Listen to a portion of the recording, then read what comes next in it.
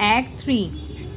Act 3 of Julius Caesar might be considered the climax or most intense part of the play because this is where all of Brutus' conflict comes to a head.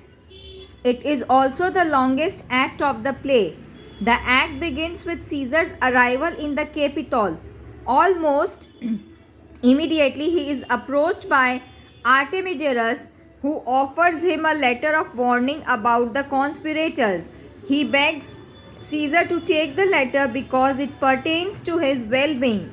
However, saying that his personal matters are the least of his concerns, Caesar refuses to take the letter. Meanwhile, one man wishes Brutus and Cassius good luck in their enterprise, causing Cassius to one of the conspirators pulls Antony away on business so that he won't interfere in the conspiratorial plans. Once inside the Capitol, the conspirators immediately begin to petition for the return of Metellus' brother, whom Caesar had banished from Rome. This is all intended as a means of distracting Caesar.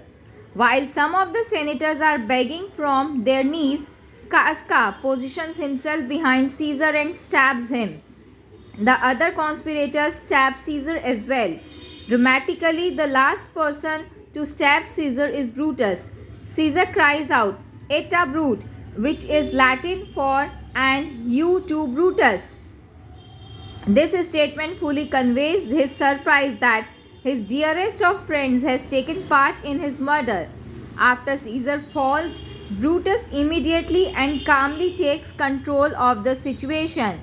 He tells the conspirators to wash their hands in Caesar's blood so that they may walk through the streets and show they are not ashamed to take credit for what they have done.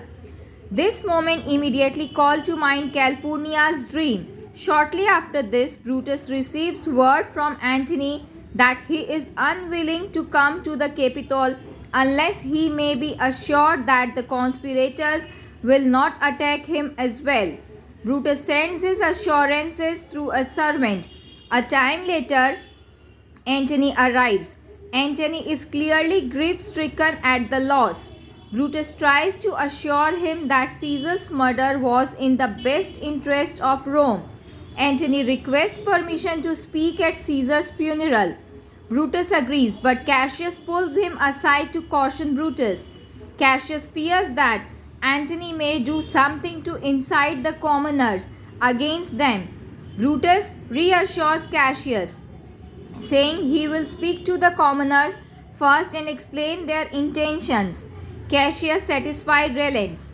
Brutus then gives Antony several conditions he just abide by if he is to speak at the funeral. First, he must say that he speaks with the permission of the conspirators. Secondly, he may not say anything bad about the conspirators. Finally, he must say plenty of kind things about Caesar. Antony agrees to all of these conditions. Brutus and Cassius depart, leaving Antony with Caesar's body. In a soliloquy, Antony reveals how he truly feels and how he hates to be making peace with the conspirators.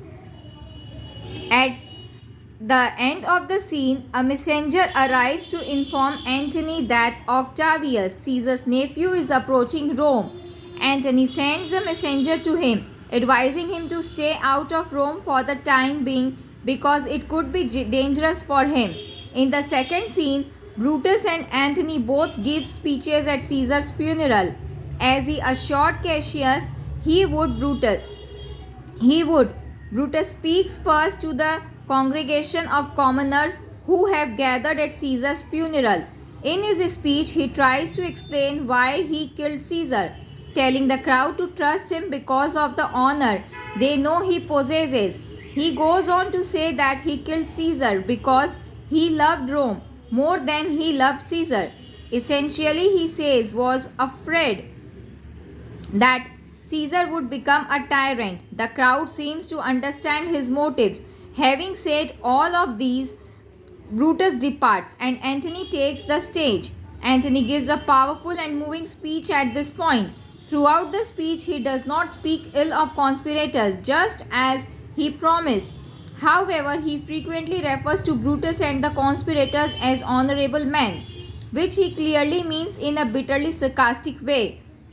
Antony, in fact, gives several reasons why Caesar was not ambitious, such as his clear sympathy for the poor and the fact that he gave his exploits from war to benefit Rome. He also reminds the crowd that Caesar refused the crown 3 times. Antony asks how is this ambitious? The commoners begin to discuss everything Antony had said, and they begin to agree with him. Then Antony shows the crowd Caesar's will, which he found at Caesar's home.